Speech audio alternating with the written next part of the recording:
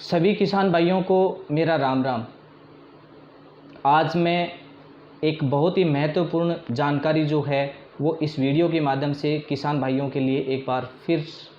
एक video upload कर रहा हूं और इसमें इतनी अच्छी जानकारी जो है वो मैं सभी किसान भाइयों के लिए भेज रहा हूं ताकि उससे उनको क्लियर हो जाए, उनको सारी चीज़ें समझ में आ जाए कि आखिर हमें फसल बीमा का नुकसान क्यों नहीं मिलता, यानी क्लेम क्यों नहीं मिलता। अगर मेरा वीडियो आप लोगों को अच्छा लगे, मेरे वीडियो की जानकारी अगर आप लोगों को समझ में आए,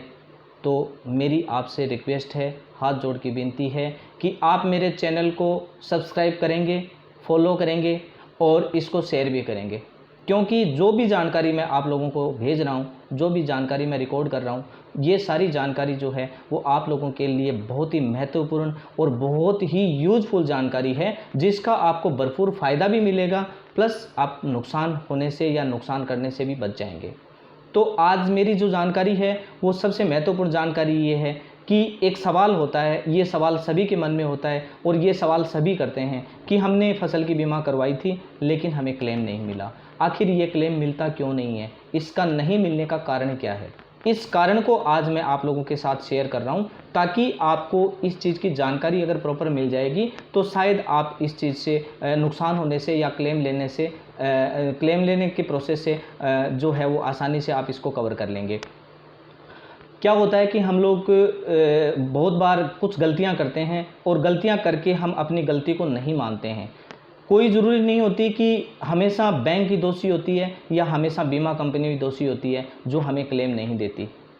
हम दोषी होते हैं, हम गलती करते हैं जिसके कारण हमें क्लेम नहीं मिलता। क्लेम का प्रोसेस क्या होता है इसके बारे में मैं आपको बताता हूँ कि क्लेम मिलता कैसे है और मिलता क्यों नहीं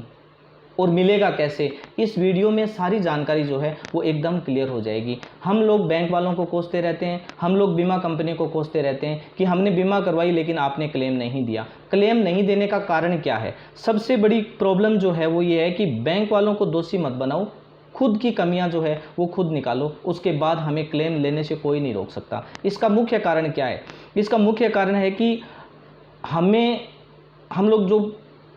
बीमा करवाते हैं, बीमा करवाने के बाद हम किसी भी प्रकार की सूचना जो है वो ना तो बैंक को देते हैं और ना ही बीमा कंपनी को देते हैं। ये हमारी सबसे बड़ी कमजोरी होती है कि हम जब क्लेम के टाइम हम उनको दोष दे देते हैं कि आपने हमें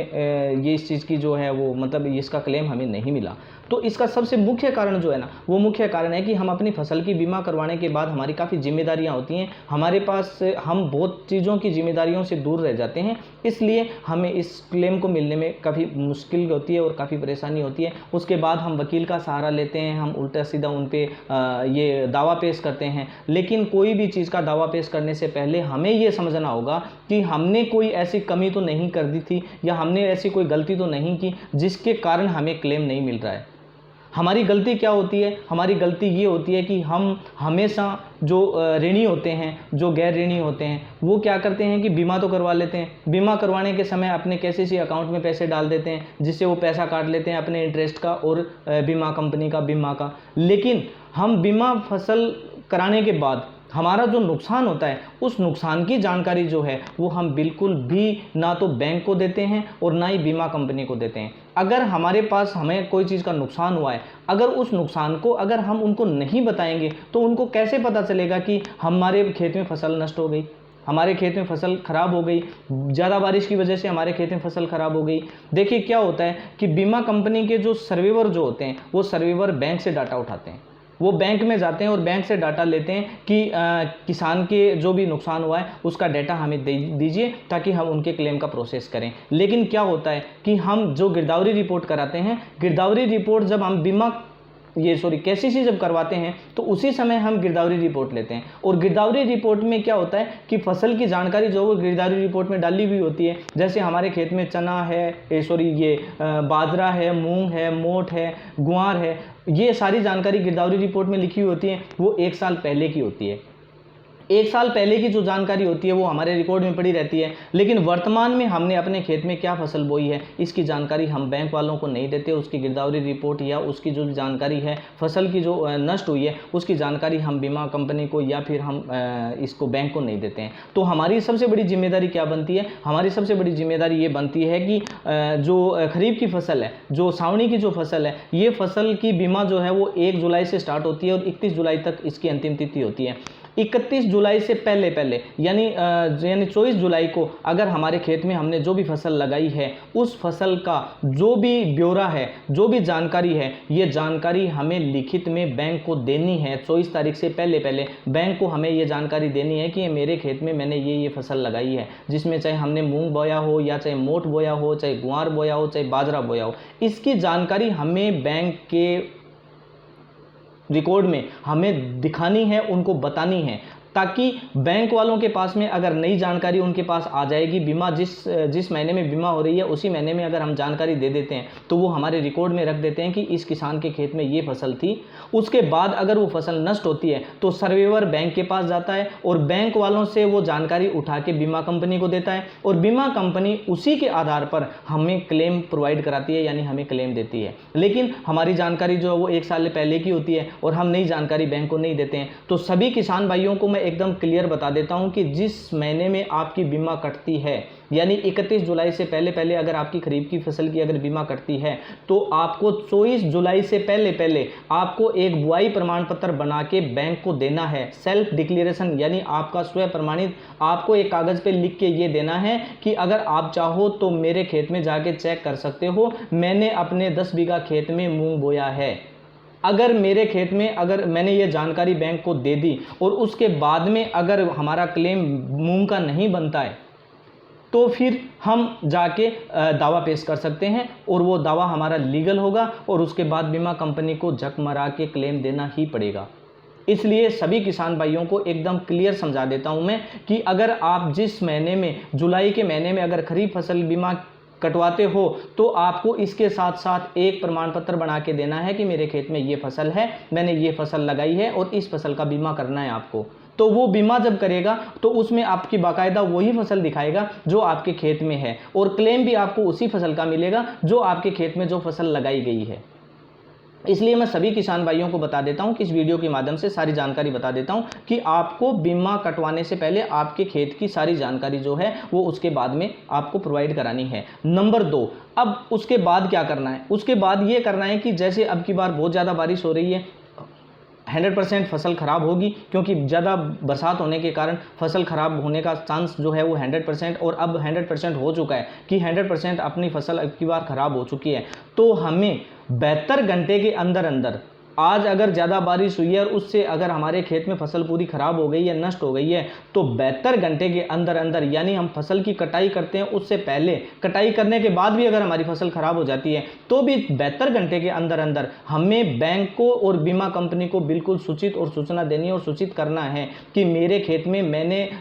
जब बीमा कटवाई थी उस समय मैंने ये फसल लगाई थी और ये फसल मेरी नष्ट हो चुकी है। आप चाहो तो आके मेरे खेत में सर्वे करके देख सकते हो, मेरे खेत में ये फसल थी और मुझे इस फसल का ही इतना क्लेम जो मेरा बनता है वो क्लेम आपको देना है। मैं बताता हूं, दुनिया की कोई भी ताकत और दुनिया की कोई भी बड़ी कंपनी आपका क्लेम कभी भी नहीं रोक सकती, क्योंकि आपने फसल बोने के समय आपने जानकारी दी थी कि मेरे खेत में ये फसल है और उसके बाद जब आपकी फसल नष्ट हुई तो उसके 72 घंटे के अंदर आपने ये जानकारी भी दे दी कि मेरे खेत में ये फसल थी और वो नष्ट हो गई। उसके बाद कोई भी दुनिया की ताकत आपकी क्लेम को नहीं रोक सकता, उनको क्लेम देना ही पड़ेगा।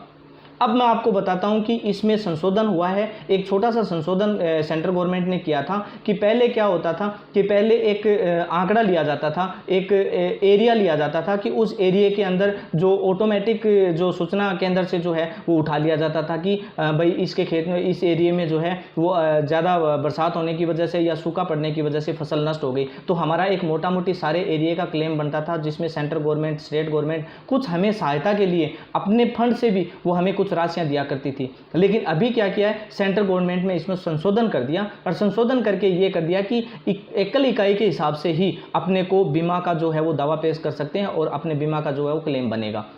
इसका सिस्टम क्या होता है मैं आपको एक आसानी से बता देता हूं ताकि आपको समझ में आ जाएगा। हमने एक गाड़ी खरीदी और गाड़ी खरीदने के बाद हमने कंप्लीटली उसकी 1 साल की बीमा करवा दी। अब 1 साल की बीमा करवाने के बाद अगर किसी कारणवश हमारी गाड़ी का एक्सीडेंट हो जाता है, एक्सीडेंट होने के साथ साथ हम तुरंत सर्वेवर को सूचना देते हैं कि हमारी फलानी जगह गाड़ी का एक्सीडेंट हो गया और हमारी गाड़ी जो है वो ख़त्म हो गई। सर्वेवर आता है, आने के बाद तुरंत वो गाड़ी की पूरी उसका एरिया जो है वो देखता है कि इसका नुकसान कैसे हुआ, इसका एक्सीडेंट कैसे हुआ है। अगर सारी जानकारियाँ वो सारी लिख के लेके जाता है, सारे फ़ोटो खींच के लेके जाता है और उसके बाद में वो बीमा कंपनी को पेश कर देता है और उसके बाद में बीमा कंपनी उस तथ्य को देख के अपनी गाड़ी का पूरा जो नुकसान होता है वो पूरा नुकसान जो है वो हमें भरपाई करते हैं और पूरा नुकसान हमें मिल जाता है। अब समझ में आ गया होगा आपको कि अपना भी प्रोसेस जो खेत का है वो सारा का सारा सेम का सेम है कि हमने भी अपने खेत को एक गाड़ी समझनी है कि वो हमारी एक गाड़ी है, हमने उसकी बीमा करवाई और बीमा करवाने के बाद अगर हमारी गाड़ी एक्सीडेंट हो जाती है और नुकसान हो जाता है तो हम तुरंत बीमा कंपनी वालों को बुलाते हैं और बीमा कंपनी वाले तुरंत हमारी सर्वे उठा के लेके जाते हैं और सर्वे उठाने के बाद इसका जितना भी दिन का प्रोसेस होता है उसी प्रोसेस के आधार पर वो हमारी बीमा कंपनी जो है वो हमारे क्लेम का क्लियर कर देती है और हमारा क्लेम दे देती है। तो हमें भी खेत का सेम ही करना है। हमें भी क्या करना है, फसल बोने के टाइम में हमें पूरी जानकारी देनी है कि ये हमारा खेत था, हमने इसमें ये फसल बोई है और उसके बाद अगर नुकसान हो गया तो 72 घंटे के अंदर हमें बीमा कंपनी को या बैंक को सूचना देनी है या बीमा कंपनी को उसके हेल्पलाइन नंबर पे फ़ोन करके कहना है कि हमारे खेत में ये फसल थी और ये हमारी फसल नष्ट हो गई, आप चाहो तो अपने सर्वेवर को भेज दो और वो यहाँ से अपना रिकॉर्ड उठा के लेके जाएगा और उसके बाद अपना क्लेम 100% हमें मिलेगा। ऐसी जानकारियां जो हैं वो हम लोगों को नहीं होती, इसलिए हमें क्लेम का जो है वो नुकसान होता है। और हम अगर बैंक को सूचना नहीं देंगे, फसल बीमा करने के समय अगर हम बैंक को सूचना नहीं देंगे कि आप हमारे खेत में हमने क्या फसल लगाई है तो हमें क्लेम नहीं मिलेगा। अगर हमारी फसल नष्ट हो गई और उस नष्ट होने की जानकारी अगर 72 घंटे में अगर हम बीमा कंपनी को या बैंक को या किसी सर्वेवर को अगर नहीं देते हैं तो इसमें अपना फॉल्ट है, अपनी गलती है, इसकी वजह से हमें क्लेम नहीं मिलेगा। तो सभी किसान भाइयों से मेरी विनती है और जो भी ये मेरा वीडियो जो सुन रहे हैं देख रहे हैं उन सभी से मेरी विनती है कि प्लीज़ इस वीडियो को सबसे ज़्यादा वायरल करोगे ताकि इसकी जानकारी किसानों को मिल जाए और किसान समय समय पर अपनी सारी जानकारियां जो है वो बैंक और बीमा कंपनी को समय समय पर दे दें ताकि उनके क्लेम को कोई नहीं रोक पाएगा, उनका क्लेम 100% उनको मिलेगा। कोई भी कंपनी कभी भी किसी का बीमा का जो नुकसान है वो नहीं भुगतने देगी, लेकिन अगर हम जानकारी नहीं देंगे तो इसका नुकसान हमें खुद भुगतना पड़ेगा। फिर हम कहीं पे भी दावा पेश करें हमारे दावा का कुछ नहीं होगा क्योंकि हमने जानकारी नहीं दी तो हम दावा करने के लिए एलिजिबल नहीं है और हमारा दावा खारिज हो जाएगा और बीमा कंपनी केस जीत जाएगी और हमें नुकसान जो हो गया उसका क्लेम नहीं देगी। इसलिए मेरी सभी किसान भाइयों से निवेदन और विनती है कि आप इस प्रोसेस को बिल्कुल फॉलो करो, समय समय पर अपनी सारी जानकारियां जो है वो निजी कंपनियों को और बैंक को दो ताकि हमें क्लेम लेने से कोई नहीं रोक पाएगा, हमें क्लेम 100% मिलेगा। अगर हम जानकारी नहीं देंगे ये हमारी गलती है, कोई भी दुनिया की कोई भी ताकत और कोई भी वकील हमें क्लेम नहीं दिला पाएगा। वकीलों का काम है हमें उलझाना और जानकारी नहीं देना। चाहे तो वकील हमें भी समझा सकता है कि आपने जो फसल बीमा बोई थी क्या आपने उसको सूचना दी थी, ये जानकारी हमें कोई नहीं देता। इसलिए मैं आपको ये सारी जानकारियां निकाल के लेके आया हूं कि हमें क्लेम क्यों नहीं मिलता। मेरा सारा एक ही सवाल का जवाब मैंने सारा क्लियर कर दिया है कि हमें क्लेम क्यों नहीं मिलता और हमें क्लेम कैसे मिलेगा। इस तरीके से हमें अगर क्लेम लेंगे तो हमें क्लेम 100% मिलेगा। अगर मेरी जानकारी आप लोगों को अच्छी लगी, अगर मेरा बताने का तरीका अच्छा लगा, आप कमेंट के जरिए आप मेरे को ज़रूर बताएंगे, प्लस मेरे वीडियो को फॉलो करेंगे, मेरा वीडियो पूरा सुनेंगे, आपको सारी जानकारी समझ में आएगी। अगर आपने मेरे चैनल को सब्सक्राइब नहीं कर रखा है तो आप मेरे चैनल को सब्सक्राइब करोगे ताकि आपको समय समय पर सारी जानकारियाँ मिलती रहें। अगर मेरा वीडियो अच्छा लगे तो आप मेरे को लाइक, शेयर, कॉमेंट और ज़रूर करेंगे। जय जवान, जय किसान, धन्यवाद, राम राम।